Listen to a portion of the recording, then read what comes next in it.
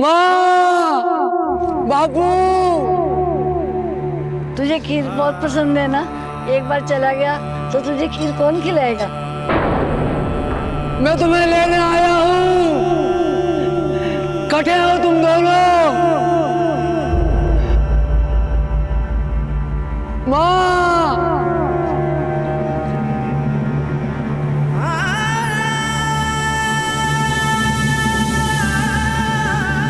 माँ, बापू, माँ।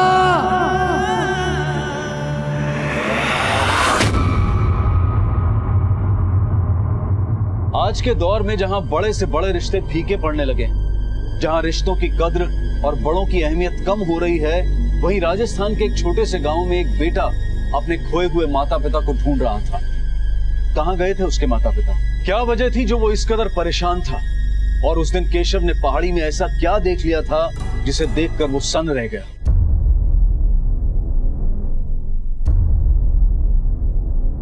कौन से गांव से हैं आप लोग? सर हम भीनमाल से हैं। ये केशव है, इसके सारे परिवार वाले भीनमाल से ही हैं, पर अब इसके माँ बाप लापता हैं। लापता है? कब से लापता है? ये तो मुझे भी नहीं मालूम साहब। मैं तो 6 साल से हटे था ही नहीं। बम्बई में रिक्शा चलाता हूँ और जब 6 साल बाद वापस लौटा तो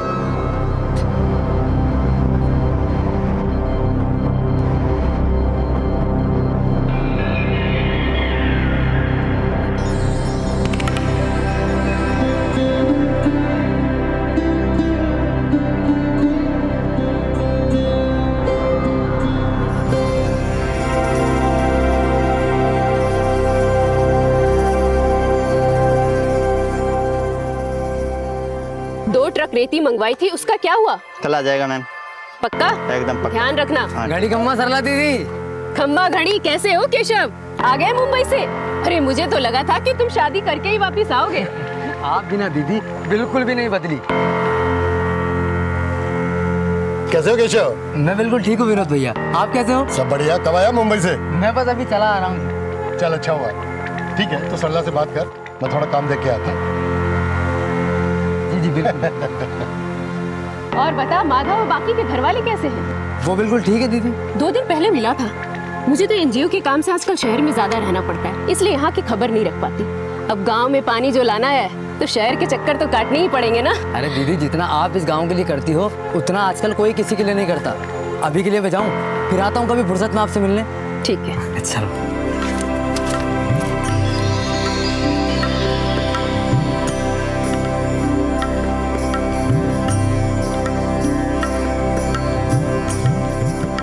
अरे गुड्डू, गुड्डू, तू गुड्डू है ना? हाँ? अरे इतना बड़ा हो गया है। मैं गया तो जब तू 1 साल को तो। कौन हो? मैं कौन हूँ? अरे मैं तेरा काका। आप मेरे काका हो? हाँ। अम्मा, अम्मा देखो काका आए हैं। अम्मा देखो काका आए हैं। अरे केशव, अचानक हटे, ना कोई खबर ना कोई संदेश। अरे भाभी साहब मैंने सोचो कि जब अपने घर जा रहे हैं तो खोज खबर देने की क्या जरूरत है? अरे कैसा अचानक आ गए हो? अब बताया भी नहीं हैं? घड़ी खम्मा भाई साहब। घड़ी खम्मा। खैर जाने दे। वैसे तू कौन सा पूछ के गया था मुझसे?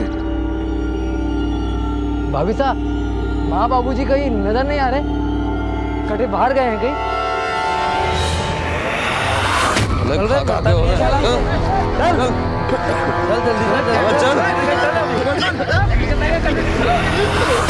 तने बताया नहीं केशव ने? अरे माँ बाबू सब तीरथ पे गए हुए। तीरथ पे? हाँ। कब चले गए तीरथ पे और यूं अचानक? अरे अब नहीं जाएंगे तो कब जाएंगे? अरे मतलब क्या बोल के गए हैं? वापस आने को क्या विचार है? देख उन्हें आने में काफी वक्त लग जाएगा। ये बता तू यहाँ कब तक है? मैं तो बस इसी महीने के लिए हूँ। क्यों? अरे कुछ नहीं, इसलिए पूछ रहा हूँ कि उनको आने में काफी वक्त लग जाएगा। थारे जाने के 20-25 दिन बाद ही आवेंगे वो लोग। अरे भाई साहब, पर आपने उन्हें ऐसे जाने ही क्यों दिया? इस उम्र में उनकी देखभाल कौन करेगा? मुझे एक फोन कर दिया होता, मैं उन्हें तीरथ करा लाता। देख केशव, झूल की बात ना कमारे से 5 महीने में एक बार फोन करता है। 6 साल में अब शकल दिखाई है तने। हर इसके उम्मीद रखूं है? और तुझे माँ बापू की इतनी चिंता होती ना तो तू यहाँ से कभी जाता ही नहीं। चल केशव, फटाफट हाथ मुंह धो ले, मैं तेरे लिए गर्मा गर्म बाजरा की रोटी और साग बनाऊंगी। चल भीतर आ फटाफट।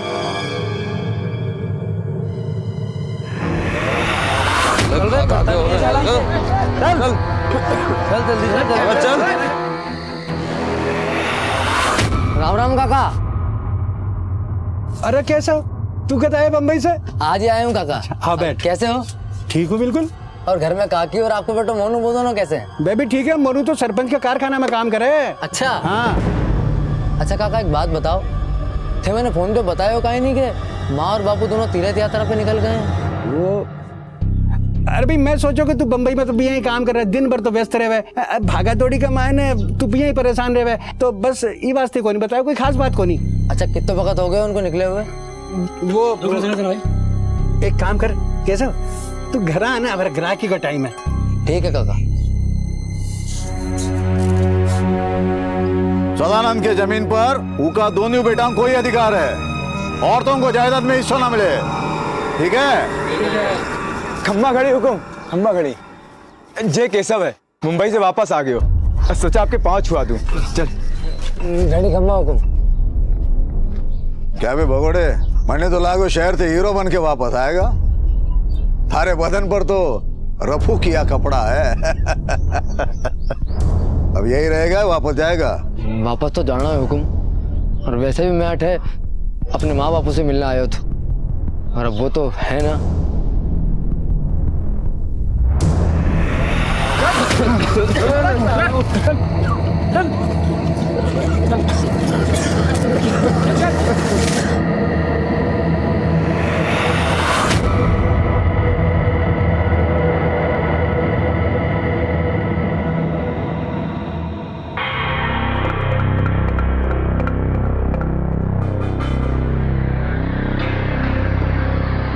अच्छा मैं चलता हूँ, ठीक है? आ जा केशव, आ चल।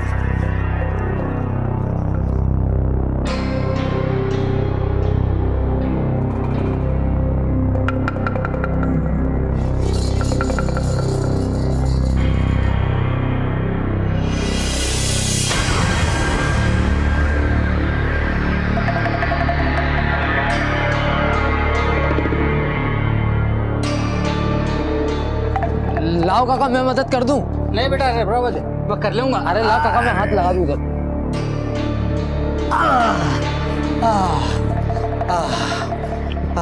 काका काका। हाँ काका आप तो मुझे बचपन से जानो हो, हाँ बेटा। और आपने मुझे गोद में भी खिलाया है। एक बात पूछूं, सच सच बताओगे? काहे पूछना चाहे? हमारे माँ बापू कटे गया काका, मुझे तो लग रही हो जैसे ये पूरा गांव हमारे से झूठ बोल रही हो। आप ही बताओ कहाँ है मेरे माँ बापू? कुछ दिनों पहले गांव में महामारी फैल गई थी, और जितने भी लोग महामारी के शिकार थे ना, उन्हें गांव से बाहर निकाल दिया, गांव की भलाई के लिए। क्या? अरे ऐसे कैसे कोई मेरे माँ बापू को गांव से बाहर निकाल सकता है? इस उम्र में कहाँ जाएंगे वो? जहां तक मुझे पता है, गांव के बाहर जो पहाड़ी है ना, वो उसके पास रुके थे। माँ, बापू।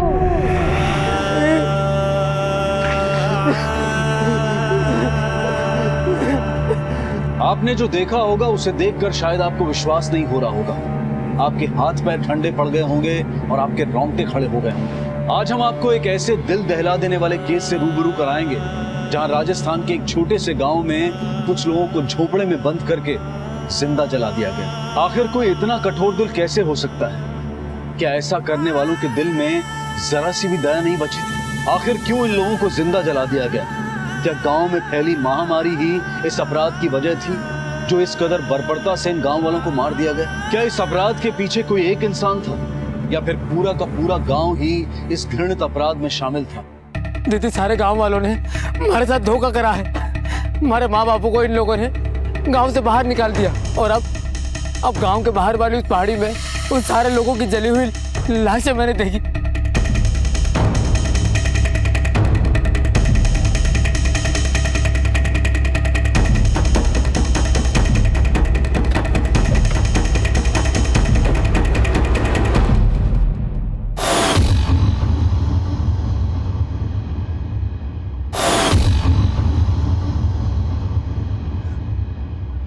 अभी तो यही थी, अचानक से कहाँ गायब हो गई? मैंने अपनी आंखों से देखा है विनोद भैया।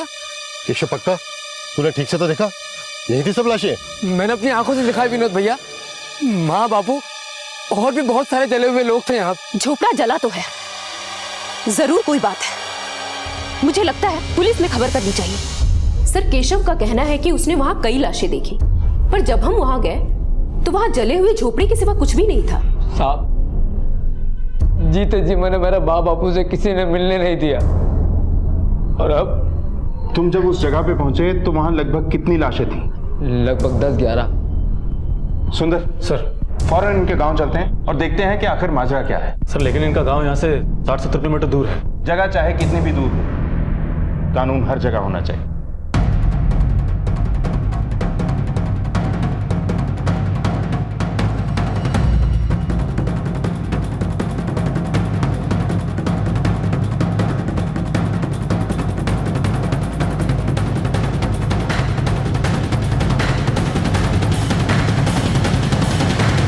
यही जगह है सर, यहीं पे देखा था मैंने।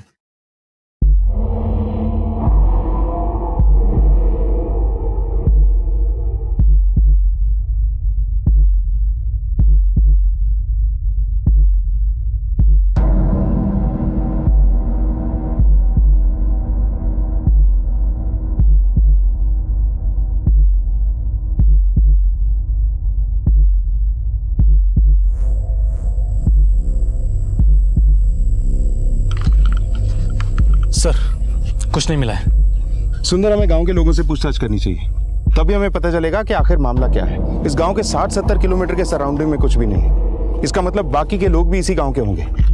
बात अगर केशव के माँ बाप के मरने की होती तो मामला दुश्मनी का या पारिवारिक हो सकता था, लेकिन एक साथ इतने सारे लोगों के मरने की घटना ये किसी और ही तरफ इशारा करती है।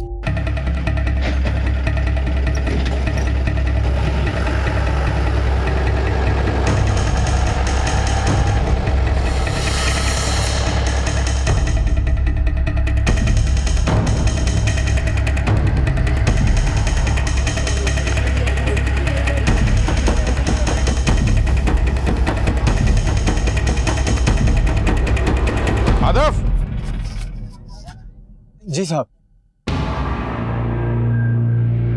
आग? नाना साहब, मारो तो उस तरफ कभी जाना ना होवे, बल्कि किसी ना तो किसी के मुंह से सुनी हो। माँ बाप की खोज खबर लेने की भी कोशिश नहीं की? नहीं साहब, वो सरपंच जी ने फरमान जारी किया तो। कैसा फरमान? गांव के कुछ लोग अशुद्ध हो गए थे, सबको बीमारी हो गई थी, एक दूसरे को देख लेने से भी बीमारी फैल जाती थी, इसलिए गांव के सरपंच जी ने उन गांव वालों को गांव से बाहर निकालने का आदेश दे दिया। और ये भी कहा साहब कि अगर उनसे कोई मिलेगा तो उनको गांव में घुसने नहीं दिया जाएगा। इसलिए साहब हम कभी उधर जाते भी ना थे। ये बात है दरोगा साहब। अरे आपका रुख हमारे गांव की तरफ कैसे? सब कुछ ठीक तो है ना? हम अक्सर वहीं दिखाई देते हैं सरपंच साहब, जहाँ कुछ ठीक नहीं होता है। क्या बात कर रहे हो? आज तक तो आप लोग कभी इस गांव में आए नहीं थे और सब कुछ ठीक ही चल रहा था। क्या? गांव के बाहर एक झोपड़े में केशव ने कुछ लोगों की जली हुई लाशें देखी थी। इससे पहले कि ये किसी को कुछ बताता, इसने उन लाशों को ठिकाने लगा दिया। और अभी अभी हमें ये पता लगा है कि कुछ दिनों पहले आपके हुक्म से कुछ लोगों को इस गांव से निकाल दिया गया था। हाँ, छुआछूत वाली बीमारी थी उनको, सारा गांव चपेट में आ रहा था उसके। देखिए, हम सरपंच है इस गांव के, गांव का भला और गांव वालों का स्वास्थ्य हमारी जिम्मेदारी है, हमारी। इसीलिए हमने फरमान जारी किया था। हुकुम, वो पहाड़ी के पास तो अक्सर वो तांत्रिक ने देखे गए हैं जो 2 साल पहले नरबली वाला मामला में जेल गए हो, और पहाड़ी के पास तो वो कोई घर है, कहीं ये सारे मामले में उसी का तो हाथ नहीं है? ये किस तांत्रिक की बात कर रहे हो तुम? सही बोल रहा है, ये पागल है वो आदमी। हमें तो लगता है कि ये सारा उसी का किया कराया है। जाइए उसे पकड़िए, इस गांव में आपको कुछ नहीं मिलेगा, उसके पीछे भागिए। तांत्रिक है, तंत्र मंत्र के लिए बलि तो चढ़े हैं।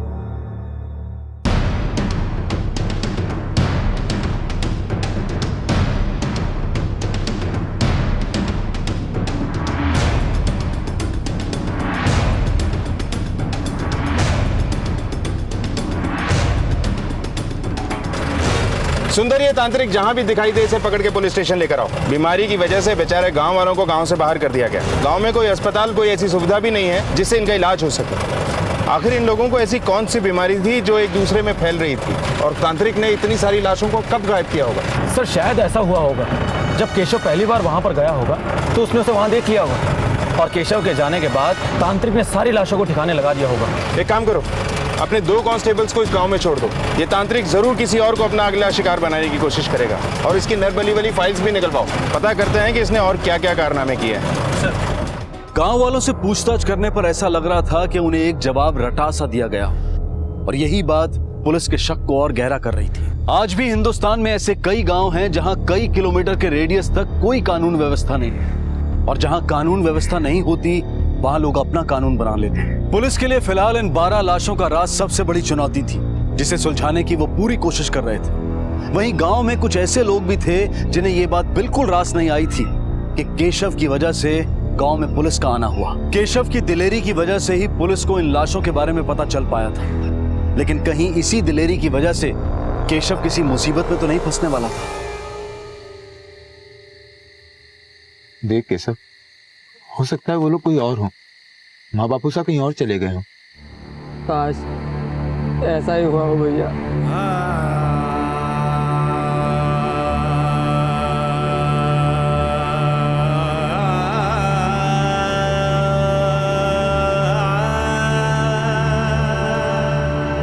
केशव, ले बेटा खीर खा। तुझे खीर बहुत पसंद है ना? एक बार चला गया तो तुझे खीर कौन खिलाएगा? अरे माँ, अब तू देखती जा, बहुत जल्दी तुझे और बापू को भी अपने साथ शहर ले जाऊंगा, फिर हम सब वहाँ इकट्ठे रहेंगे।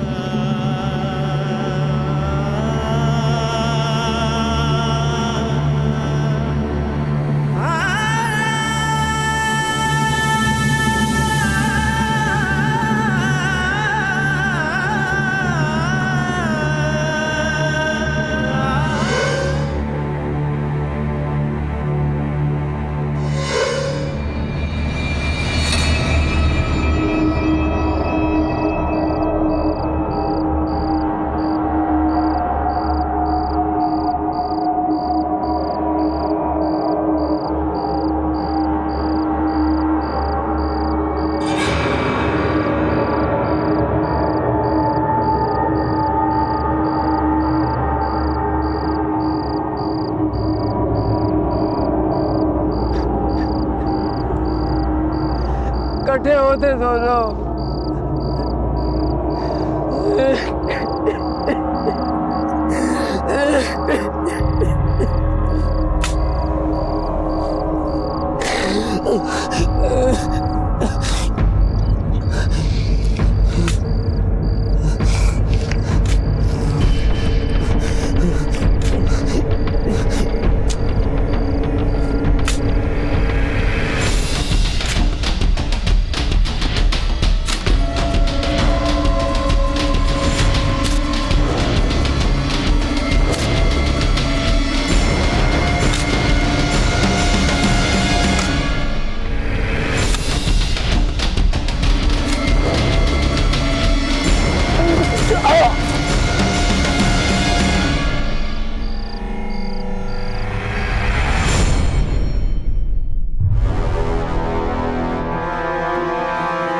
सर, कल रात से पता नहीं केशव कहाँ चला गया और अभी तक घर भी नहीं लौटा है। क्या साहब, हम दोनों पूरी रात इंतजार करते रहे, लेकिन केशव का कोई अता पता नहीं चला साहब।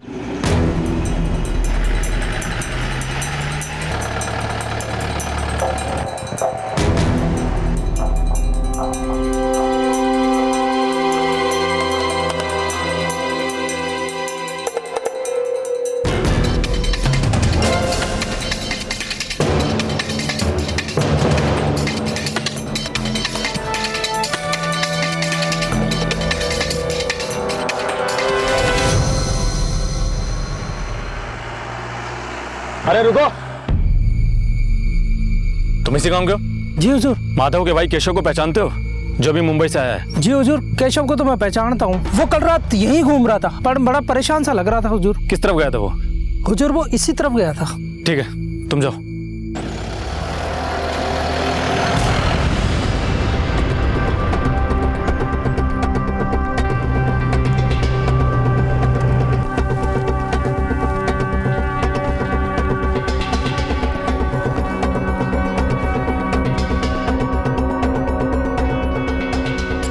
आखिर इतनी रात को केशव यहाँ क्यों आया होगा, वो भी इस जले हुए झोपड़े के पास, और इसके बाद वो गया कहाँ होगा? सर, कहीं केशव भी तो उस तांत्रिक का शिकार तो नहीं बन गया?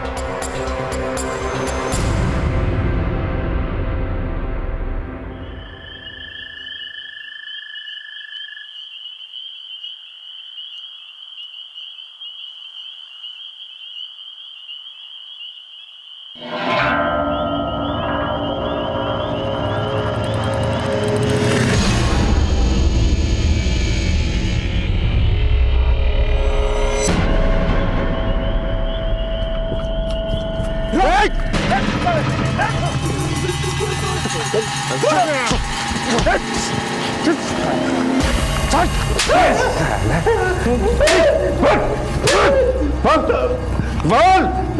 क्यों कर रहा है ये सब? क्यों नहीं सबकी जान? कहाँ है सबकी लाशें? बोल। क्या हुआ साहब, क्या बात है? अच्छा, तुझे पता ही नहीं क्या बात है? वो चाकू, उस पे लगा हुआ खून। बेटा तेरी सारी हिस्ट्री हमारे पास है। पिछले केसों से तू बच गया था, मगर इस केस से नहीं बचेगा। बोल बोल, क्यों मारा केशव को? साहब मैं क्यों किसी को मारूंगा, और आप किस केसम की बात कर रहे हो? तू इन सब मासूमों की बलि चढ़ा रहा था, और केशव वो है जिसकी बलि तूने कल चढ़ाई। बात को घुमा मत, जल्दी बता, बता मामला क्या है? साहब वो लड़का जो कल मिला था।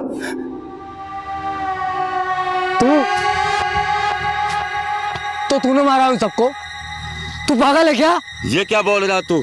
तूने उन मासूमों की बलि चढ़ा दी जो उस दिन उस झोपड़ी में थे। तू मुझे गलत समझ रहा है, मैं इंसानों की बलि नहीं चढ़ाता। अरे तो फिर ये क्या है? ये सब जानवर है। जानवर? हाँ, तुझे यकीन नहीं आता तो मैं बोरिया खोल के दिखाता हूँ तुझे। आ देख।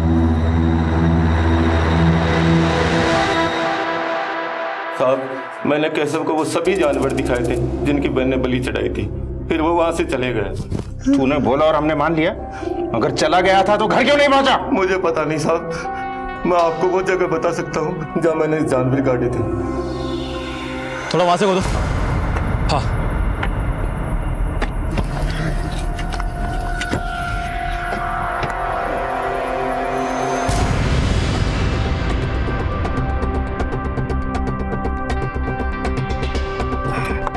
ये देखिए सर। सर, यहाँ तो सारे जगहों से गड़े हुए जानवरों की लाशें मिली हैं। जानवर की लाश? वैसे उसके चाकू पे लगे खून की रिपोर्ट भी आ चुकी है। वो खून के निशान भी किसी जानवर के ही थे। सर अगर तांत्रिक ने कुछ नहीं किया तो फिर इसके पीछे कौन हो सकता है? और केशव कहाँ गया होगा? सुंदर, इसी सवाल की गुत्थी तो सुलझ नहीं रही है।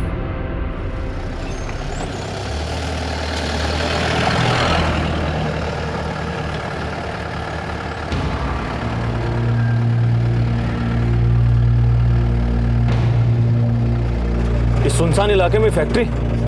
चौधरी एक काम करो, इस फैक्ट्री पे ले लो।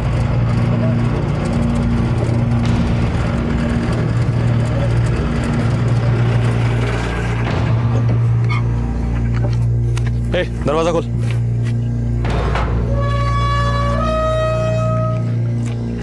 क्या भाई, ये फैक्ट्री बनता क्या? साहब उनसे पूछ लीजिए, वो सुपरवाइजर हैं।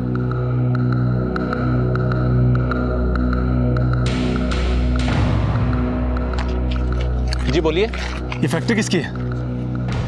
फैक्ट्री तो सरपंच जी की है। किस चीज की फैक्ट्री है? और इतनी बदबू क्या आ रही है? आपको जो कुछ ही पूछना है आप सरपंच जी से पूछ लीजिए।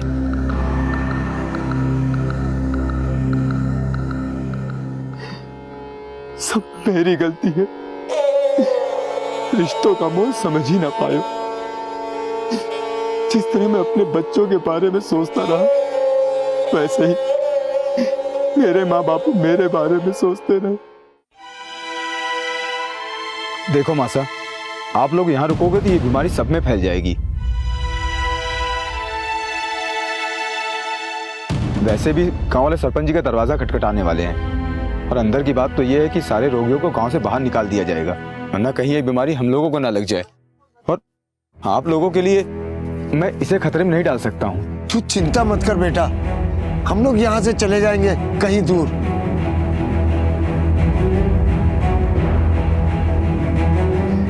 दीदी, केशव के लिए भी मैं ही जिम्मेदार हूँ। अगर मैंने उसका ध्यान रखा होता तो वो मेरे साथ होता।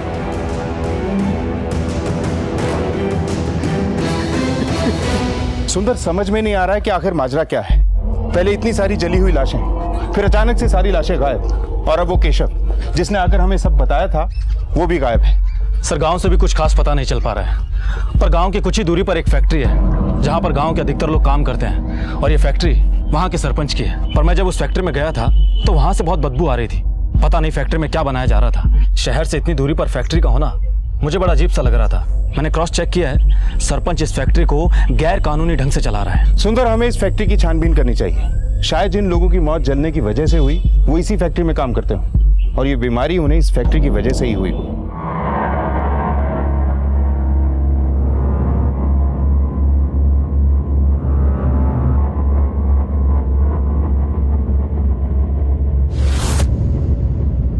इसका पीछा करो।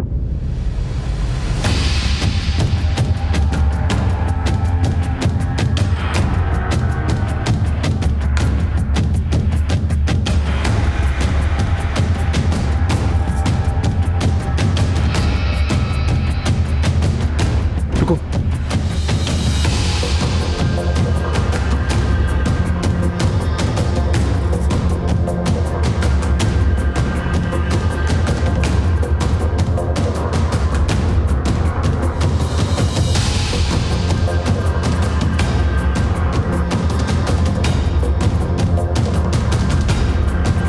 देखो अच्छी तरह।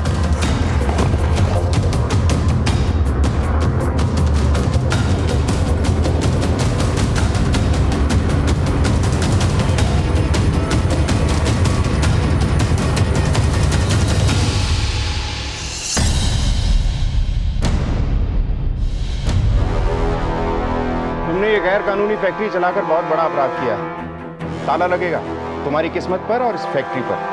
गांव के सभी लोग तुम्हारी फैक्ट्री में काम करते थे, जिनमें केशव के माँ बाप भी शामिल थे। जाहिर सी बात है, अगर गांव छोड़ देने के बाद भी उनका तुमसे लेना देना है, तो उनकी मौत की वजह में भी सिर्फ तुम्हारा ही लेना देना होगा।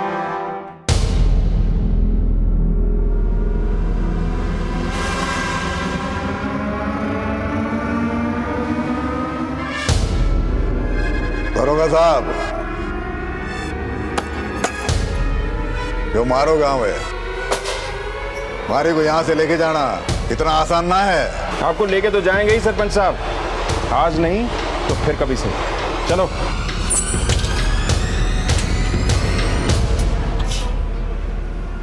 सुंदर, स्पेशल फोर्स के लिए एप्लीकेशन भेजो।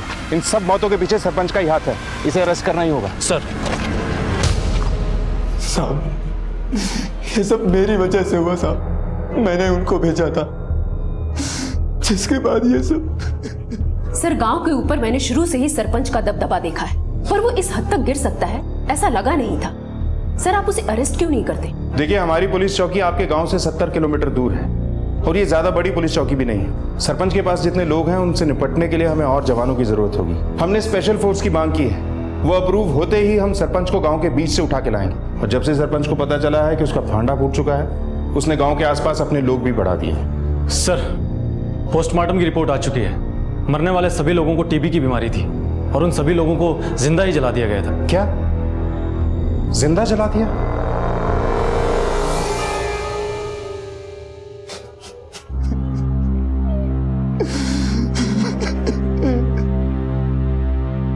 टीबी यानी ट्यूबरकुलोसिस, जिसे हिंदी में क्षय रोग भी कहते हैं, ये एक ऐसा रोग है जो एक इंसान से दूसरे इंसान में फैलता है। हिंदुस्तान में हर साल तकरीबन 12 लाख लोग टीबी से ग्रसित होते हैं और उनमें से मरने वालों का आंकड़ा हर साल लगभग 2.5 लाख के भी ऊपर जा चुका है। ऐसा नहीं है कि इस रोग का इलाज संभव नहीं है।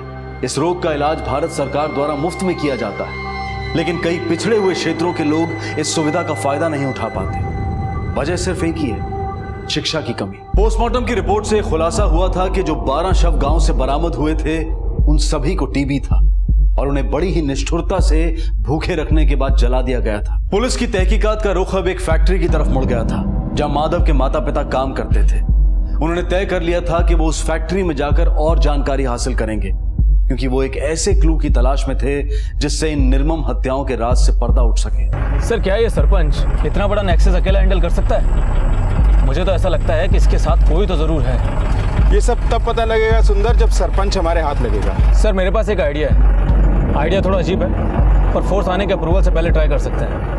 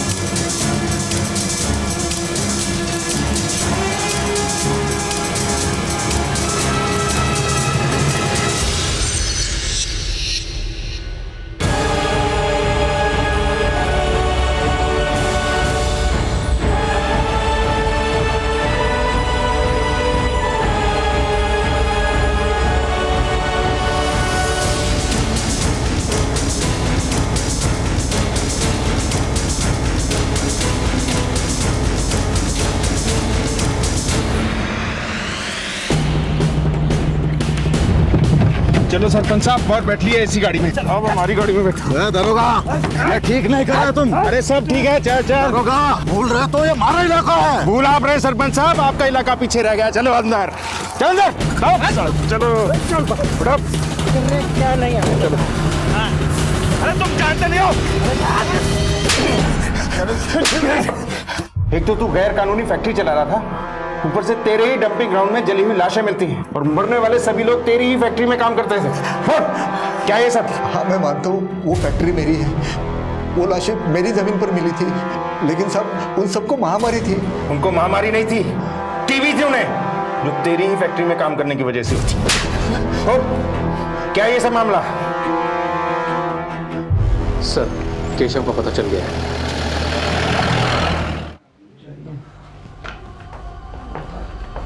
केशव, केशव, केशव, उठाओ इसे सर, उठ, केशव।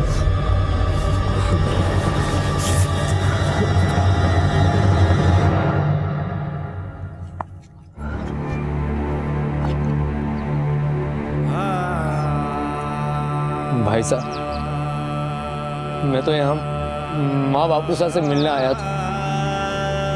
एक अरसे के बाद उनका चेहरा देखने वाला था। पर देखो ना ये क्या हो।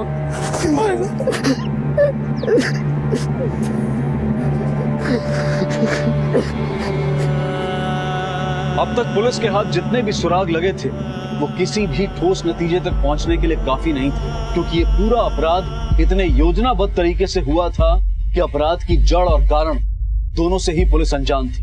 अब भी कई सवाल पुलिस के सामने खड़े थे। केशव के माता पिता समेत उन गांव वालों को किसने जिंदा जलाया था? गांव में महामारी क्यों फैली? और इस पूरी योजना का सूत्रधार और सरपंच का साझेदार कौन था? इन सारे सवालों के जवाब मिलने अभी बाकी थे और इसी बीच केशव का पता चल गया और उसने जो बयान दिया उसने इस पूरे केस का रुख ही बदल दिया। उस रात जब मैं फिर से माँ बापू को ढूंढने पहाड़ी पर गया तो वहां मुझे वो तांत्रिक मिला। उसने बताया कि उसने गांव वालों को नहीं मारा,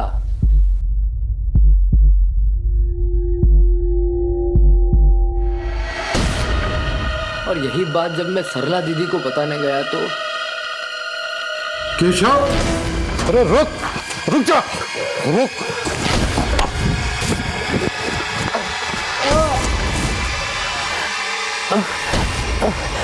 ये तो तुरुक का इक्का है विनोद, इसे तो संभाल कर जिंदा रखते हैं।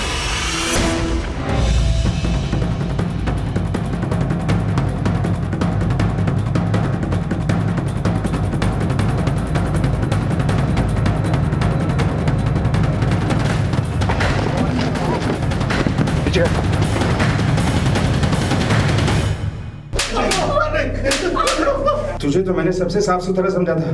ये क्या कहानी है? इतनी लंबी प्लानिंग, इतना बड़ा सेटअप। सर, 7 साल पहले जब मैं यहाँ आई तो मेरा एक ही मकसद था, इस गांव के पानी की समस्या हल करना और यहाँ के लोगों की भलाई करना।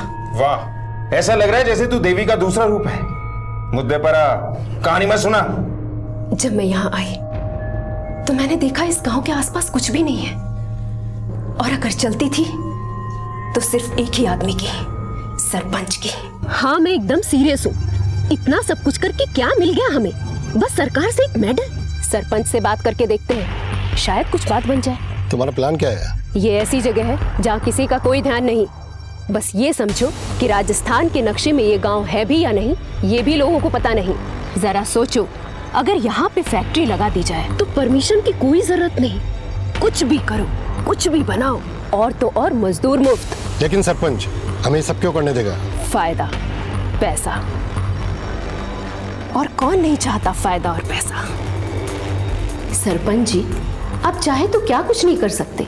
दवा की फैक्ट्री है और गांव वालों को मुफ्त में दवा मिल जाएगी आपकी वजह से। मसीहा बनने का अच्छा मौका है, और ये ऐसा सौदा है जहां नुकसान कुछ भी नहीं, बस फायदा ही फायदा है। और भी कुछ फायदे हो सकते हैं, जरा इत्मीनान से मिलिए, समझाते हैं।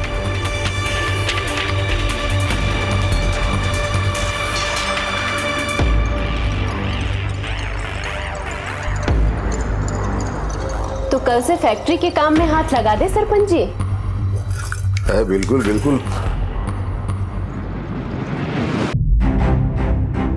हमें पता था कि फैक्ट्री में जो केमिकल हम यूज करने वाले हैं उससे गांव के लोग बीमार पड़ेंगे ही, इसलिए हमने फ्री में दवा बांटने का नाटक भी किया। गांव वालों को जो दवा हम बांटते थे उसमें पानी भरा होता था। ये बात हमने सरपंच को नहीं बताई थी। फैक्ट्री और बाकी का सब कुछ सरपंच के नाम पर चल रहा था। हमें शक तो था सरपंच की नीयत पर, और फिर तभी हम लोगों को इतने कम पैसे?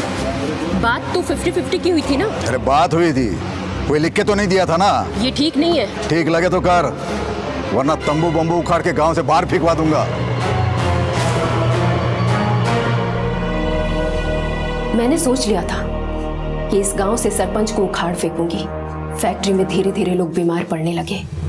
उनकी बीमारी जब लोगों में फैलने लगी तो मैंने ही सरपंच से कहा कि उनको गांव से बाहर निकाल दें, ताकि फैक्ट्री में रात में भी काम करवा के उनसे ज्यादा से ज्यादा मुनाफा कमाया जा सके। और फिर उस रात जब सरपंच ने बीमार गांव वालों को गांव से बाहर झोपड़ी में बंद कर दिया था, तो मैंने और विनोद ने मिलकर उन्हें जिंदा जला दिया, ताकि सारा इल्जाम सरपंच पर आए। अब देखती हूँ सरपंच को। झोपड़ा जलकर राख हो गया है और इन लाशों को उसकी जमीन पर फेंक कर आएंगे। उस दिन विनोद उन डेड बॉडीज को सरपंच की जमीन पर ठिकाने लगाने ही गया था कि वहां केशव आ गया। केशव के निकलते ही विनोद ने उन डेड बॉडीज को सरपंच के डंपिंग एरिया में डंप कर दिया, और केशव के आने से पहले ही विनोद वापस ऑफिस आ गया। हमने सोचा था इस मामले में सरपंच को फंसाकर पूरे गांव पर राज करेंगे, लेकिन सरपंच ने बड़ी चालाकी से सारे मामले को तांत्रिक की तरफ मोड़ दिया। केशव को क्यों गायब कर दिया था तुम लोगों ने? और कौन से लाशें उठ के बोलेंगी कि हमने उन्हें जलाया है? और रही बात सरपंच की, तो कानून को सबूत चाहिए जो वो दे नहीं सकता। केशव, अरे रुक जा, रुक।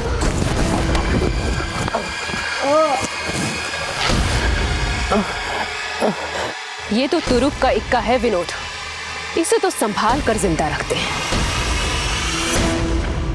जरा से पैसों के लालच में तुम लोगों ने इतना बड़ा षड्यंत्र रचा, इतने सारे मासूम लोगों को बेरहमी से जिंदा जला दिया। इंसानियत को भी शर्म आएगी तुम लोगों पर। कोर्ट से मिलने वाली मौत की सजा बहुत कम है तुम लोगों के जुर्म के सामने।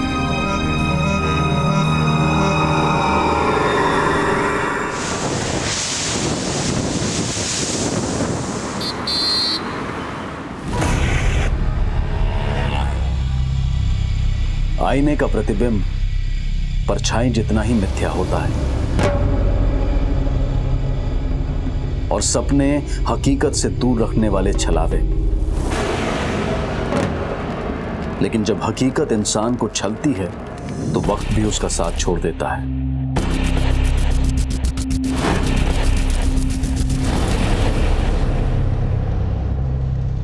रोटी, कपड़ा और मकान इंसान की बुनियादी जरूरतें हैं, लेकिन इंसान की भूख अगर उसकी आंखों में उतर जाए और अपने घर को भरने के लिए झूठ और फरेब का सहारा लिया जाए तो स्वार्थ के घड़े भर तो जाते हैं, लेकिन उसकी प्यास नहीं बुझती।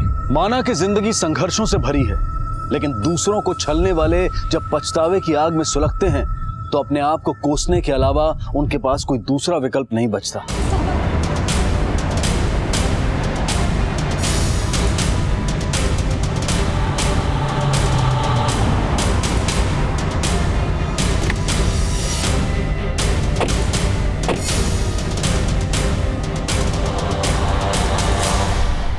तुमने मरियम को मरवाने के लिए गुंडे भेजे थे? नहीं साहब, वो मरियम झूठ बोल रही है।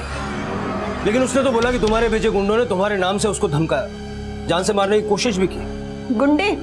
गुंडे तो मरियम के वो दोनों मुश्तंडे बेटे हैं जो हम दोनों बहनों का रोज पीछा करते हैं। घर से निकलना तक मुश्किल करके रखा है दोनों ने हमारा। चल ऐसा करते हैं, हम हमारी सब्जी चला लिया।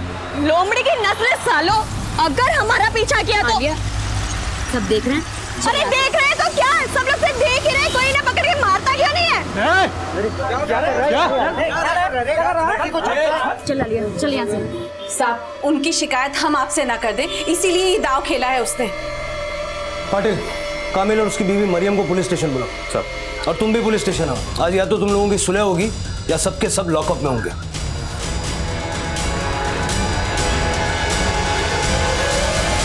साहब मैं जो साहब ना मैं क्या मैं मत कर। इन सब का मुखिया है तू। अगर अपना कुनबा संभालने का बूता नहीं है तो 2 शादियां क्यों की? मुझे नहीं पता था कि ये रश्मि शौक मेरी इज्जत तार तार कर देगा। ईमान की कसम खाता हूँ साहब कि मेरे अंदर इंसान है। तो क्या हम जानवर हैं? हाँ, और अपनी इस लोमड़ी को संभाल ले। हाँ, अरे लोमड़ी होगी तू। अगर तेरे अंगूर खट्टे निकले इसका मतलब ये नहीं है तू किसी और की मिठास छीनेगी। अरे छीना तो तूने है हमारा सुकून। तेरे वो बेगैरत लौंडे सरेआम मेरी लड़कियों का दामन खींचते हैं। तू और तेरी लौंडियों ने ना अगर अपने बुरके संभाले होते तो संभालने वाला मैं मुंह नोच लूंगी। बस, आखिरी वार्निंग दे रहा हूं। आज के बाद अगर तेरी बीवियां, बेटियां या बेटे कोई भी झूठी शिकायत लेकर यहां आया और हमारा टाइम बर्बाद किया तो उनसे तो मैं बाद में निपटूंगा। पहले मैं तुम्हारी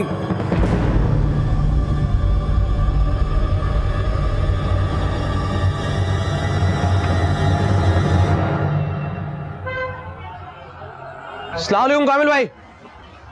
हाँ माजिद, कुछ सुलह हुई? ये मसला सुलझने वाला नहीं है माजिद में।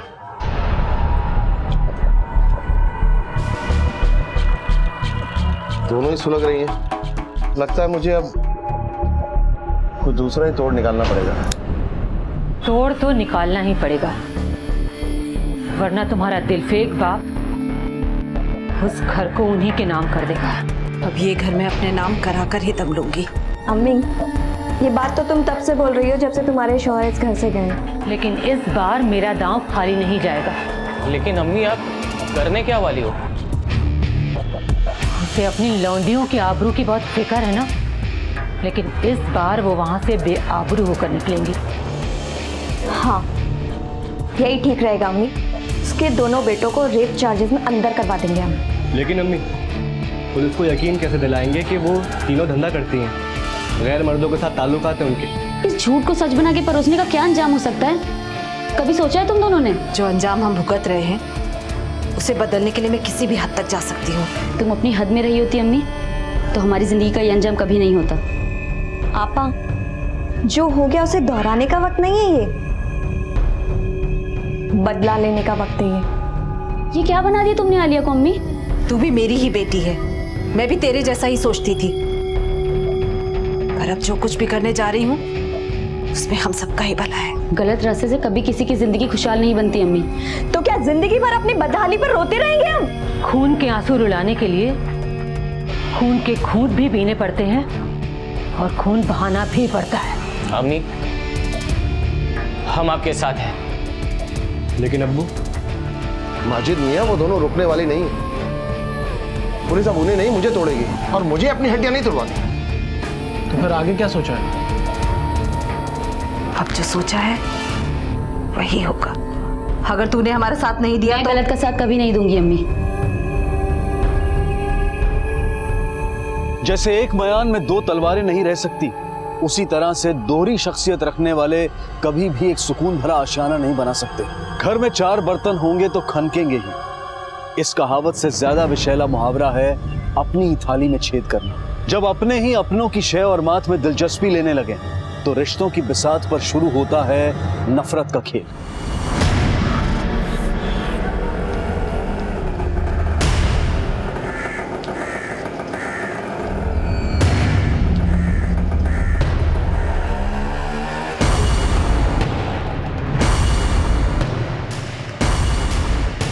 भाई साहब, वो रिक्शा के पीछे चलना।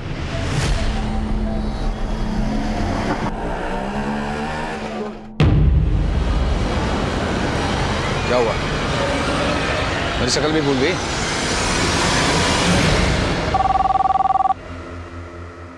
हेलो,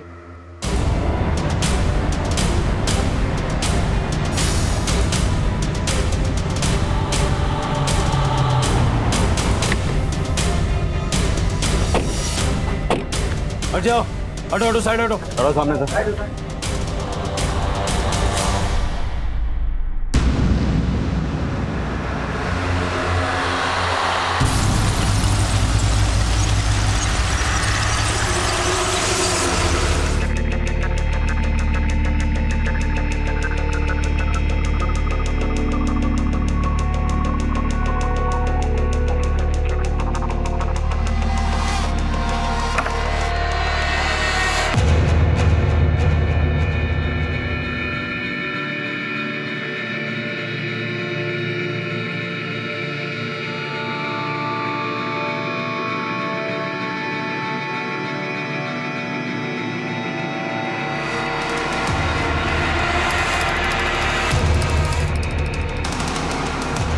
सर, दोनों लड़कियों की मां परवीन गायब है और उसका फोन भी स्विच ऑफ है।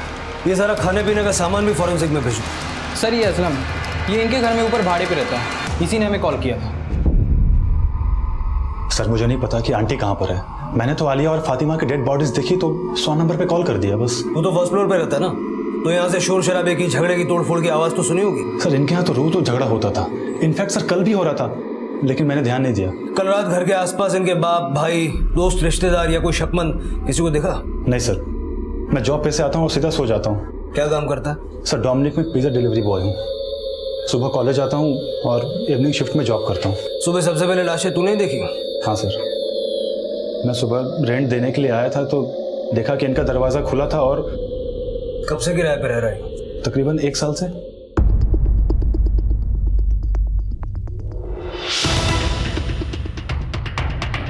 सर, पड़ोसियों ने भी यहाँ किसी अनजान या परवीन के पति कामिल या उनके बेटे जुनैद और वसीम और मरियम को भी यहाँ पे नहीं देखा।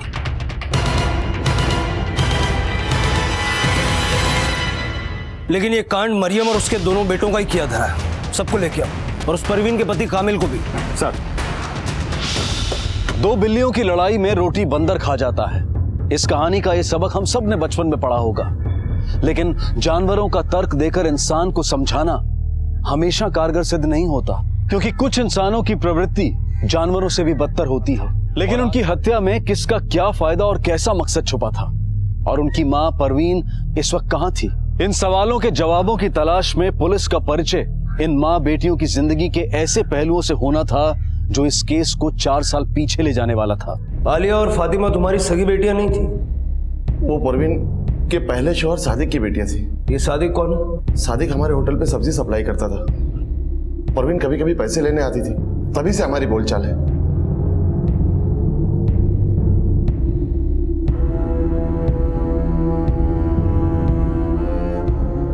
तो तुमसे निकाह करने के लिए उसने अपने शौहर को तलाक दे दिया? नहीं, तलाक नहीं साहब। सादिक का तो 4 साल पहले ही इंतकाल हो गया था। मुझे उस बेवा पे तरस आ गया और मैंने निकाह कर लिया। लेकिन फातिमा और आलिया को भी मैं अपनी ही औलाद समझता था, और आप मुझ पे शक कर रहे हैं कि मैंने उनको मारा है। परवीन अब कहाँ है?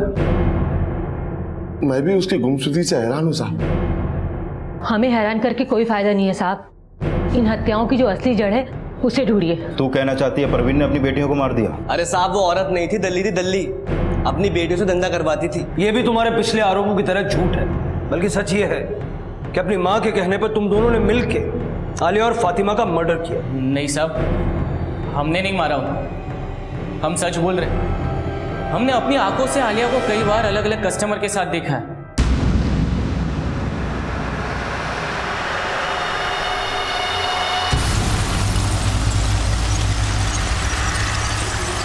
आलिया को किसी के साथ देख लिया तो उसका यह मतलब है कि वो प्रोस्टिट्यूशन करती थी। और फातिमा? फातिमा तो अपनी माँ के और बड़े धोखे का शिकार हुई। कैसा धोखा? 6 महीने पहले उसकी मंगनी हारून से हुई। हारून? वो निकाह तो फातिमा से करना चाहता था, पर उससे इश्क परवीन लड़ा रही थी। परवीन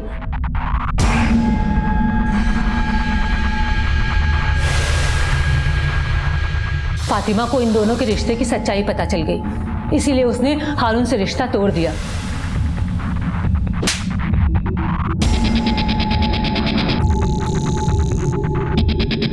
इसलिए वो परवीन को छोड़कर हमारे साथ रहने लगा। मुझे तो लगता है कि परवीन अपनी दोनों बेटियों को मारकर हारून के साथ भाग गई।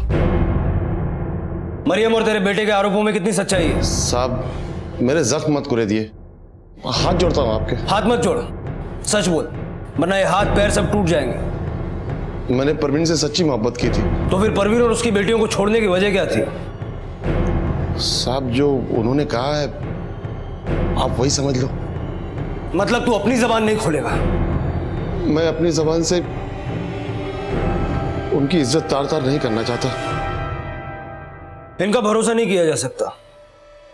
परवीन, आलिया और फातिमा के साथ साथ इनकी कॉल डिटेल्स भी निकलवाओ और पता लगाओ ये हारून कौन है। सर, मैंने आलिया और फातिमा के मोबाइल चेक किए, दोनों फोन से। कल रात 9 बजे से 12 बजे के बीच परवीन के नंबर पर बहुत कॉल हुई, लेकिन परवीन ने उनका कॉल रिसीव नहीं किया। इसका मतलब उनका मर्डर रात 12 बजे के बाद हुआ। सर एक बात और, फातिमा के मोबाइल स्क्रीन पे उसकी फोटो एक लड़के के साथ है, ये देखिए। पाटिल कहीं यही हारून तो नहीं? मरियम ने जो सिक्का उछाला उसके एक तरफ परवीन तो दूसरी तरफ हारून का जिक्र आया। इनके नाजायज रिश्ते को आलिया और फातिमा की हत्या की वजह बताया गया। साथ ही साथ आलिया और फातिमा के चरित्र पर भी सवालिया निशान खड़े किए गए। जब आग लगाने वाले राख को कुरेदने की बात करते हैं तो लगता यही है कि झूठ को शीशे में उतारा जा रहा है, लेकिन कभी कभी सच के पैमानों में भी झूठ के जाम भरे होते हैं। सर, परवीन के कॉल रिकॉर्ड के मुताबिक उसकी हत्या से पहले शाम 5:30 बजे दहीसर के एक पीसीओ से उसे कॉल आया, जिसके बाद वो शाम 6:30 बजे वहां पर पहुंची और सर उसी रात 1 बजे तक उसका फोन वहां पर एक्टिव रहा और उसके बाद बंद हो गया। उस रात कामिल, मरियम और उसके दोनों बेटों के फोन की लोकेशन कहाँ थी? मरियम की फोन लोकेशन उसके नया नगर वाले घर की थी। कामिल, जुनैद और वसीम अपने काशी मीरा वाले होटल के पास थे। पाटिल, ये इनका सोचा समझा षड्यंत्र हो सकता है और पीसीओ से फोन करके परवीन को दहीसर बुलाना इन हत्याओं को अंजाम देने की चाल। ये सब देड़चन है।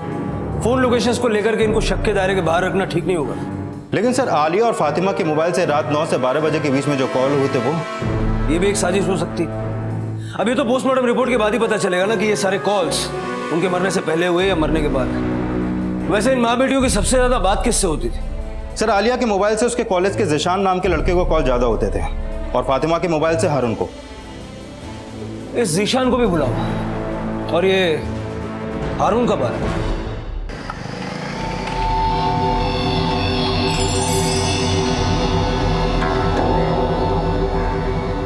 सर, मैं तो यकीन भी नहीं कर पा रहा कि अब फातिमा।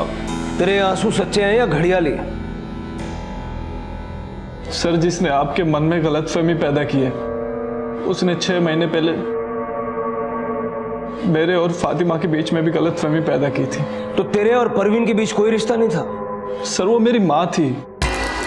मतलब उसे भी मार दिया? सर, मैं क्यों मारूंगा? और वैसे भी जब ये सब कुछ हुआ तो मैं मुंबई में भी नहीं था। तेरे फोन की लोकेशन तो मुंबई से बाहर की थी, लेकिन ऐसा भी तो हो सकता है कि तू यहीं हो और तेरा फोन कोई पुणे लेकर गया हो। परवीन की बॉडी ठिकाने लगा दी या परवीन ने तेरे साथ अपना ठिकाना बदल लिया? सर, आप गलत कह रहे हैं। तो तू बोलना सही क्या है? ऐसा क्या जादू किया रे तूने फातिमा पर, जो 6 महीने पहले तुझे परवीन के साथ हम बिस्तर देखने के बाद भी पिछले 1 महीने से वो तेरे टच में थी? तेरे साथ सेल्फीज, प्यार मोहब्बत वाले मैसेजेस। सर, 6 महीने पहले फातिमा ने मुझे नहीं बल्कि मैंने फातिमा को छोड़ा था, क्योंकि सर मरियम ने यह कहकर मेरे कान भरे थे कि फातिमा कैरेक्टरलेस थी। मैं सच कह रही हूँ, फातिमा का कई लड़कों के साथ चक्कर है। उसकी माँ और बहन ना किसी से कम नहीं है। लेकिन आप तो उनकी बड़ी माँ है ना। मैं उन्हें कुछ नहीं मानती और तुझे इसलिए आगाह करने आई हूँ कि कल को तुझे बलि का बकरा बना के कहीं पैसे ना ऐंठ ले। लेकिन सर, 1 महीने पहले मरियम और उनके दोनों बेटे जुनैद और वसीम की सच्चाई मेरे सामने आ गई। अगर हमारा पीछा किया तो आलिया, सब देख रहे हैं? अरे देख रहे हैं तो क्या है? सब लोग से देख ही रहे हैं, कोई इन्हें पकड़ के मारता क्यों नहीं है?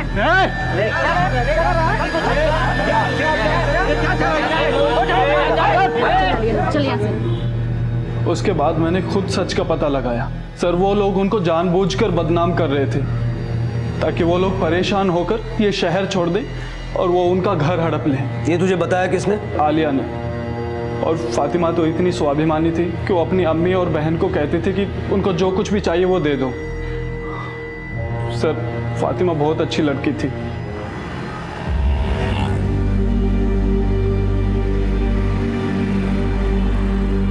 Fatima, I am sorry Fatima. Fatima, वो फातिमा फातिमा फातिमा प्लीज प्लीज मुझे माफ कर दो। मैंने मरियम की बातों में आके कल को मुझसे निकाह करके फिर से मुझ पे शक किया तो? नहीं फातिमा, ऐसा नहीं होगा आगे। फातिमा, ये सब तमाशा मत करो। फातिमा प्लीज मुझे एक मौका दे दो, एक मौका बस। मैं जिंदगी भर तुम्हें शिकायत का मौका नहीं दूंगा। सर, फातिमा बहुत अच्छी लड़की थी। मैंने उसे गलत समझा, उसके बाद भी उसने मुझे माफ कर दिया। सर, 7 अगस्त की रात 12 बजे के आसपास आलिया और फातिमा की हत्या हुई।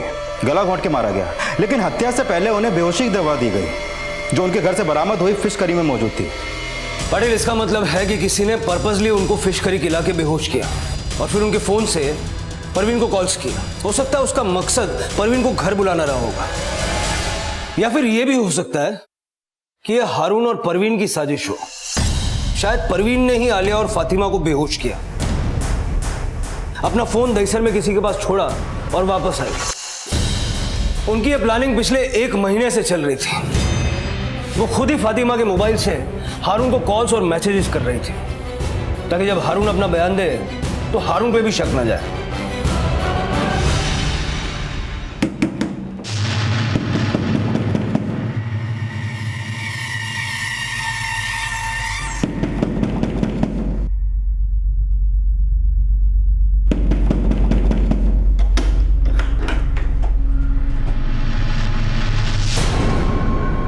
सर, मैंने हारून की अलीबाई चेक की।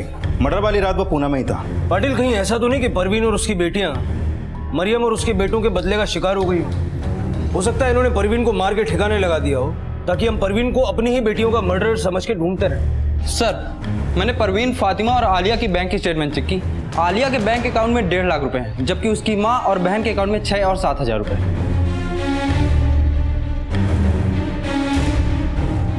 इस आलिया के बॉयफ्रेंड जीशान का क्या स्टेटस? सर, मेरी उससे बात हुई है, कॉलेज के बाद आ जाएगा। सर, आलिया मेरी अच्छी दोस्त थी, हम एक ही कॉलेज में पढ़ते थे, इसलिए अक्सर हमारी बातें हुआ करती थी। तेरा अफेयर था उससे? जी सर। आलिया तुझसे उधार भी मांगती थी क्या? नहीं सर, लेकिन आप ये सब। आखिरी बार कब मिले थे उससे? सर, 7 या 8 अगस्त को। 8 को नहीं, 7 को, क्योंकि उस रात उसका मर्डर हो गया।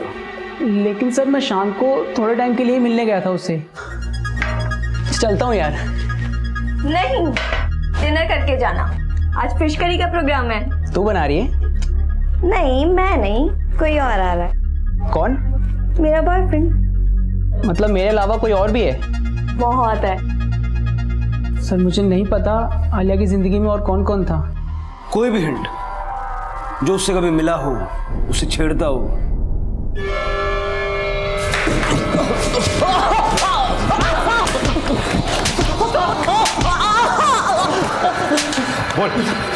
साहब, वो झूठ बोल रहा है।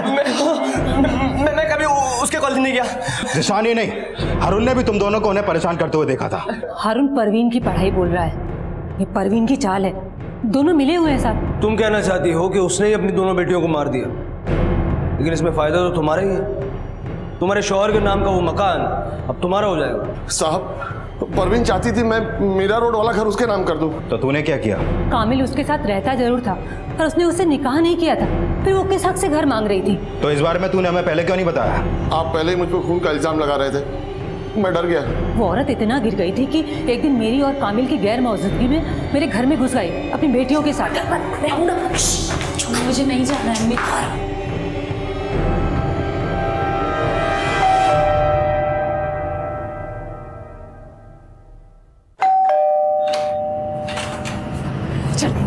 अरे ये क्या हो रहा है? मैंने कहा ना, चुप कर, हटा इसको। अरे ये क्या कर रहे?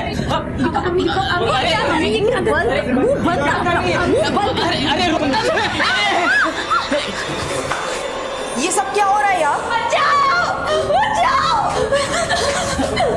खाला, हमने कुछ नहीं किया, ये लोग जबरदस्ती घर में। ना बेटा, मैंने सब देख लिया। क्या देखा है? इन लड़कों ने मेरी लड़कियों के साथ। चुप, झूठ मत बोलना। साहब, वो तो जीनत की वजह से हमारी इज्जत बच गई, वरना तो वो औरत हमारे बेटों को बदनाम करने की सोच कर आई थी। हाँ, ये सच है। मरियम और उसके बेटे कभी किसी का कत्ल नहीं कर सकते, और जिस रात कत्ल हुआ उस रात मरियम मेरे साथ मेरे घर पे ही थी। साहब, उस रात मेरा पार्टनर कामिल और उसके दोनों बच्चे यहीं थे। उसके बाद हम सब साथ में घर गए। सब मरियम और उसके बेटों ने यह भी बोला था कि परवीन अपनी बेटियों से धंधा करवाती थी, फिर उनको मारने के बाद अपने आशिक के साथ भाग जाने का मोटिव।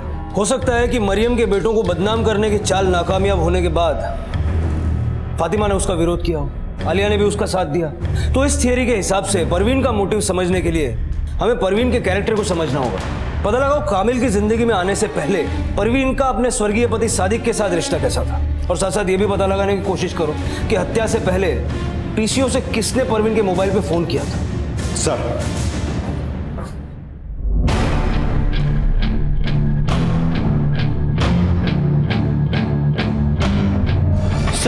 जिस पीसीओ से परवीन को कॉल हुई थी उसके सामने वाली शॉप की सीसीटीवी फुटेज मिल गई।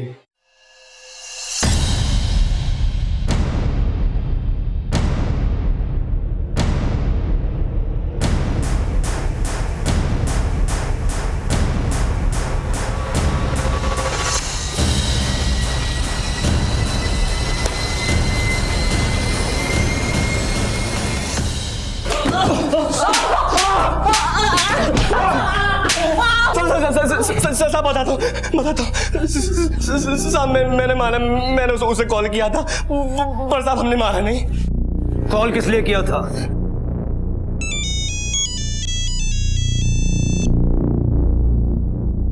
हेलो, तेरी बेटी जिस जिसके साथ सोती है उन सब के साथ फोटो है मेरे पास। कौन बोल रहा है? पहले मेरी बात सुन। अगर तू चाहती है वो फोटोग्राफ्स तेरी दुश्मन मरियम के पास ना जाएं, तो मुझसे आकर मिल। साहब उसे हमने एक गेस्ट हाउस में बुलाया था, पर वो आई नहीं साहब। आई नहीं, या उसको किडनैप करके आलिया और फातिमा को मार दिया तुमने? नहीं साहब, हमने नहीं मारा। आलिया के वो फोटोग्राफ्स का? साहब वो हमने झूठ बोला था। हाँ, लेकिन ये सच है कि आलिया धंधा करती थी। तो उसे बुलाया किस मकसद से था? वो साहब,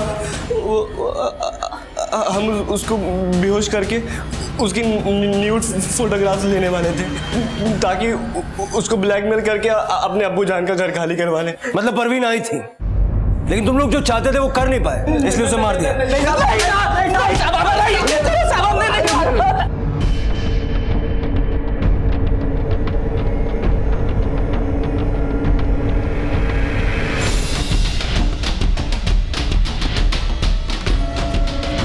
सर, जिस गेस्ट हाउस में जुनैद ने परवीन को बुलाया था, वहां जुनैद और वसीम ने रूम तो लिया था, लेकिन गेस्ट हाउस के स्टाफ ने वहां परवीन को नहीं देखा, और वो दोनों भी रात 9 बजे वहां से चेकआउट करके चले गए।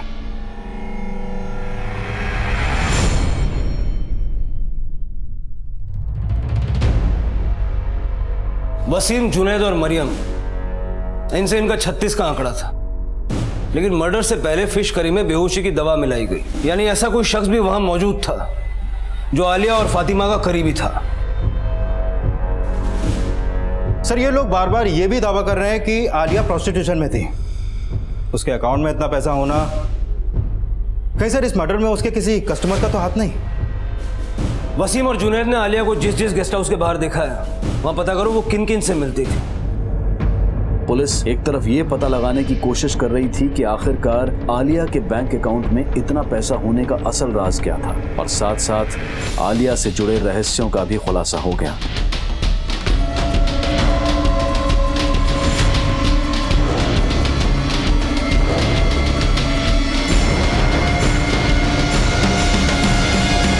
सर, आलिया अलग अलग आदमियों के साथ नहीं, सिर्फ इस अकेले के साथ मीरा रोड के गेस्ट हाउस में टाइम स्पेंड करती थी।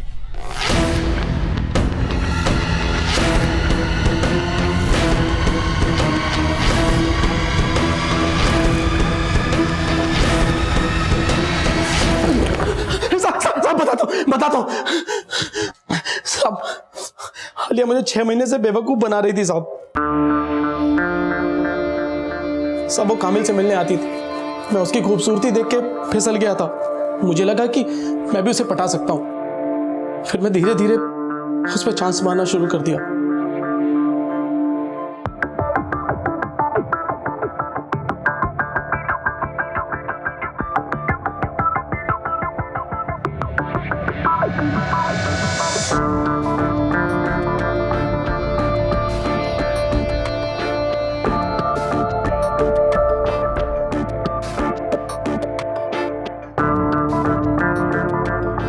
अयाशी से बना रिश्ता धीरे धीरे प्यार में बदल गया था। मैंने उसे निकाह करने का फैसला कर लिया, लेकिन वो मुझसे निकाह नहीं करना चाहती थी, क्योंकि उसका लफड़ा पहले ही जिशान से चालू था। इसलिए तेरी जल गई और तूने उसे मार दिया। नहीं, मैंने उसे नहीं मारा। उस रात तो साहब मैं होटल में ही था। लेकिन जिस रात उसका मर्डर हुआ, तूने उसे अपना स्पेशल फिश करी भिजवाया था। कौन सा डिलीवरी बॉय लेकर गया था? बोल बोल, कौन लेके गया था? सब मैं अपनी बेटी की कसम खा के कहता हूँ साहब, कोई फिश करी नहीं भिजवाई साहब, मैंने कोई फिश करी नहीं भिजवाई। पुलिस इस केस के हर एंगल को इन्वेस्टिगेट कर रही थी, और परवीन की तलाश में उसका अतीत भी खंगाला जा रहा था, जिसके लिए पुलिस उसके पहले पति के घर भी पहुंची।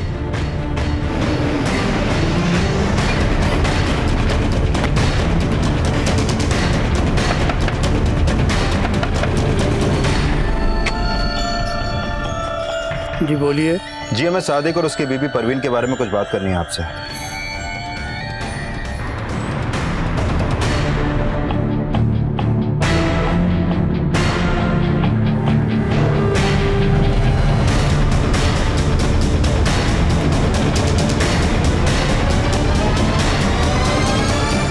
सादिक है, वेजिटेबल सप्लाई की आड़ में ह्यूमन ट्रैफिकिंग करता था। 5 साल की कैद हुई थी, अभी 1 अगस्त को ही रिहा हुआ है। मतलब परवीन ने कामिल से झूठ बोला कि सादिक का इंतकाल हो गया। सादिक इस हत्याकांड से 1 हफ्ते पहले ही बाहर आया। कहीं सर उसी ने तो बदला लेने के लिए कांड तो नहीं किया?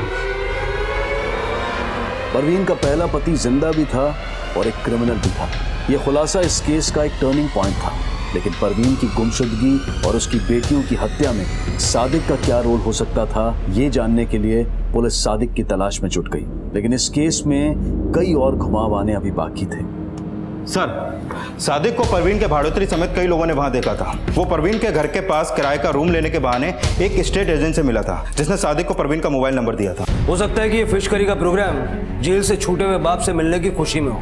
इस सादिक के बाप का फोन भी सर्विलेंस पे डलवा हो। सर,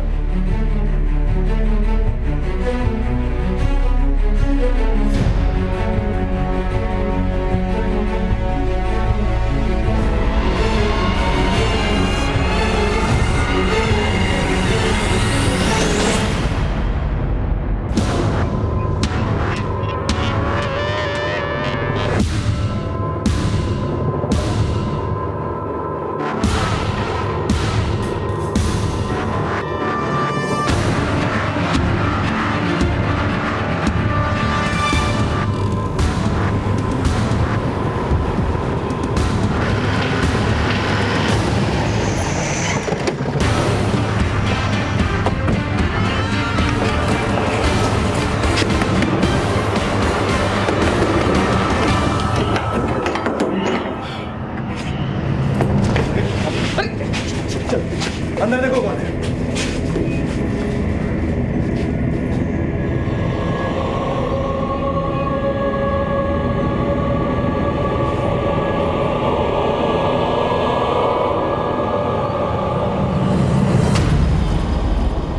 अगर तू चाहती है वो फोटोग्राफ्स तेरी दुश्मन मरियम के पास ना जाएं, तो मुझसे आकर मिल। लेकिन तुम बोल कौन रहे हो? जब मिलेगी तो पहचान जाएगी। आना कहाँ है?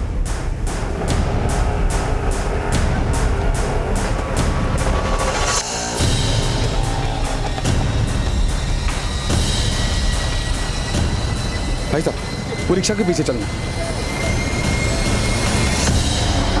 मैंने उसका पीछा किया साहब, और जैसे वो रिक्शा से उतरी, वो मेरे सामने आ गया। क्या हुआ? मेरी शक्ल भी भूल गई? मुझे लगा कि सादिक ने ही मुझे फोन करके वहां बुलाया है। साहब, मैंने सिर्फ उसका पीछा किया। मैं किसी जुनैद को नहीं जानता। बस मैं अपनी बेटियों के सामने उसे नहीं मिलना चाहता था, इसलिए। उसने मुझे धमकाया और अपने साथ ले गया। बैठो। साहब, उस औरत ने मुझे धोखा दिया। मुझे कैद क्या हो गई? ये कहने लगी कि मैं मर गया और वो कामिल के साथ रहने लगी। तुमने कामिल से झूठ क्यों बोला कि सादिक मर चुका था? बोलो। साहब, उस औरत ने मेरे जज्बात से खेला।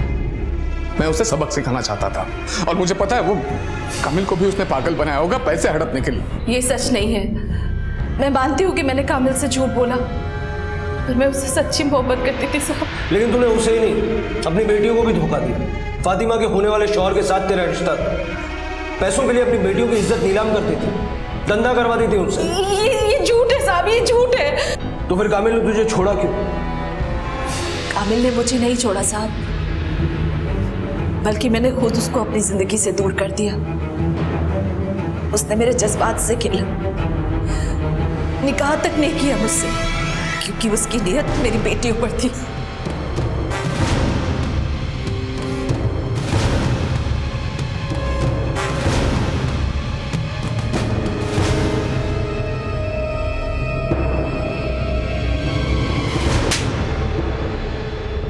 माना मैंने कामिल से झूठ बोला, लेकिन सादिक के जेल जाने के बाद मैं कैसे अपनी बेटी और अपना पेट पालती? सादिक के बाप ने भी हमें सहारा नहीं दिया साहब। सब मर्द एक जैसे होते हैं, सब मर्द। कामिल तो सादिक से भी बदतर निकला। सब फातिमा और आलिया मेरी अपनी बेटियां थी साहब, और आप कह रहे हैं मैंने उनका मर्डर किया?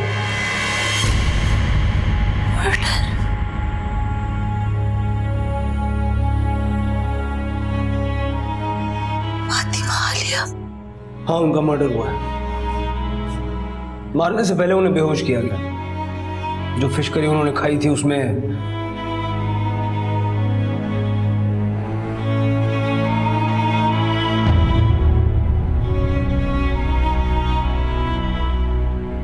पुलिस ने परवीन को सादिक के जुल्मों से तो बचा लिया, लेकिन अपनी बेटियों की हत्या की खबर सुनकर परवीन की हालत और भी ज्यादा दयनीय हो गई। सादिक ने परवीन के साथ किए अत्याचार को तो स्वीकारा, लेकिन ये कबूल नहीं किया कि उसने अपनी बेटियों का मर्डर किया है। परवीन के बयान से शक की सुई कामिल पे भी आई। उसे पूछताछ के लिए तलब किया गया। साहब, आलिया ने मुझ पर झूठा इल्जाम लगाया था। मैं उसे अपनी बेटी मानता था। अच्छा? मेरा यकीन करो साहब, उसने मुझे रेप के इस इल्जाम में फंसाकर परवीन की नजर में गिरा दिया और फिर पुलिस कंप्लेंट की धमकी देकर मुझसे 1 लाख रुपए ऐंठ लिए।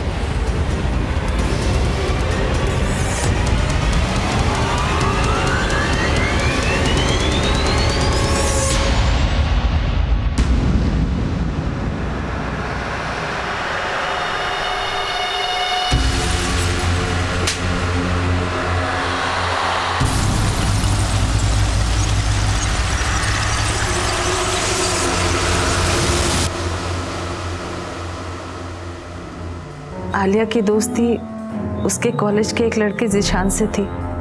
वो उसी से मिलने जाया करती थी। लेकिन आलिया माजिद से भी मिल रही थी। माजिद तो उसको अपनी दूसरी बीवी बनाने की सोच रहा था।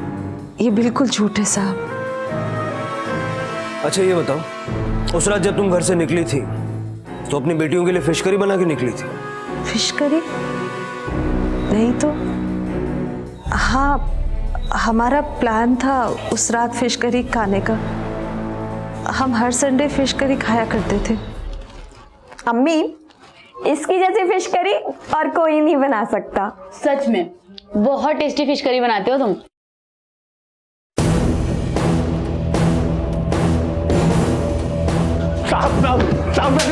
मैंने कुछ नहीं किया।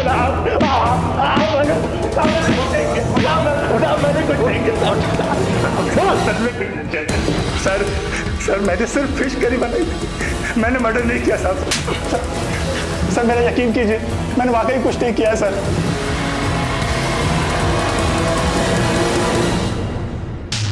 मेरी जमानत तो हो गई, पर मेरे बेटे अभी तक अंदर हैं।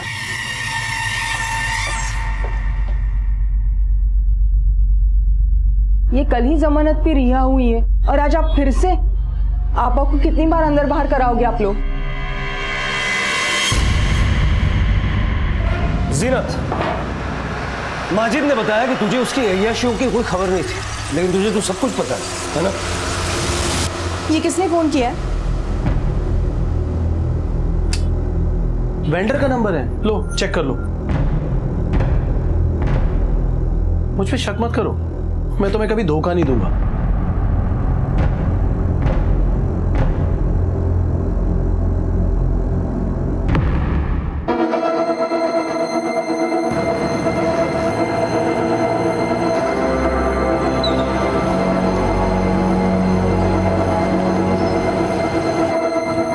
सिर्फ 20,000? अब और नहीं है मेरे पास, मैं तुमको नहीं दे सकता आलिया।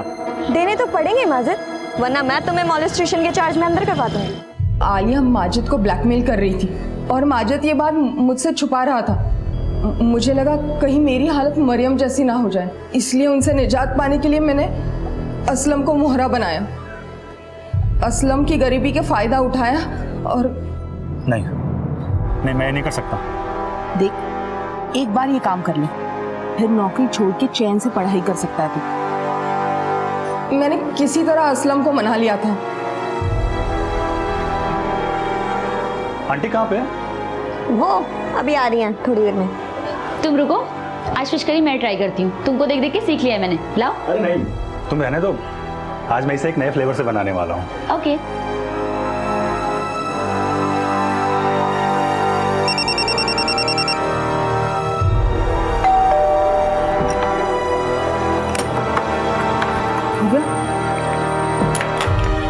इनकी माँ कहाँ है? अरे मुझे नहीं मालूम। अगर वो जिंदा रही तो तेरी फिश करी वाली चाल पकड़ी जाएगी। मैं क्या करूं, वो आई नहीं। इन लोगों ने फिश खा ली। एक काम कर, परवीन को फोन लगा, कब तक आ रही पूछ, और जैसे ही वो आएगी ना उसको भी, समझ गया ना? और ये अपने फोन से नहीं, उनके फोन से लगा।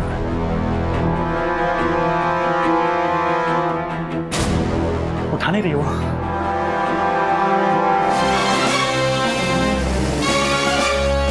बस अब यहाँ रुकना ठीक नहीं है। देखो तुमको जिससे बदला लेना था वो मर गई है। चलो निकलो यहाँ से।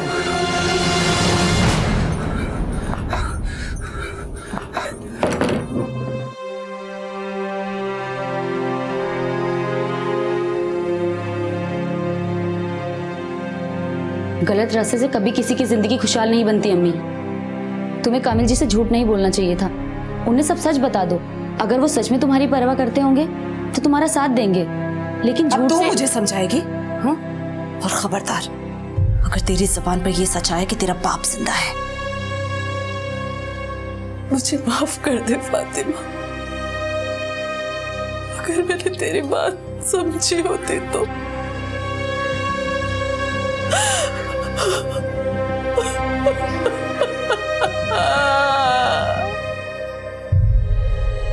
परवीन ने अपनी मुश्किलों का समाधान झूठ से करना चाहा और शायद इसीलिए आलिया को भी ये राह आसान लगी। जैसे गेहूं के साथ घुन भी पिस जाता है, उसी तरह से फातिमा भी अपने करीबियों के अवगुणों का शिकार हो गई और परवीन अपने आप को कोस कर भी अब इस कड़वी हकीकत को बदल नहीं सकती। जिंदगी के उतार चढ़ाव से हम सभी गुजरते हैं, लेकिन ऊंचाइयों पर पहुंचने के लिए चाहे हमें संघर्ष के पहाड़ ही क्यों न चढ़ने पड़े, लेकिन झूठ और फरेब के शॉर्टकट्स हम कभी ना अपनाएं। इसी विचार के साथ मैं अनूप सोनी अब आप सबसे विदा लेता हूं। फिर मुलाकात होगी अगले एपिसोड में जुर्म की एक और कहानी के साथ।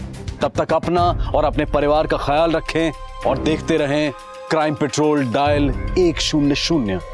सबक एक को सीख हम सबको। जय। क्राइम पेट्रोल्स के और भी दिलचस्प कहानी देखने के लिए हमारे चैनल को सब्सक्राइब करें और बेल आइकॉन दबाना न भूलें।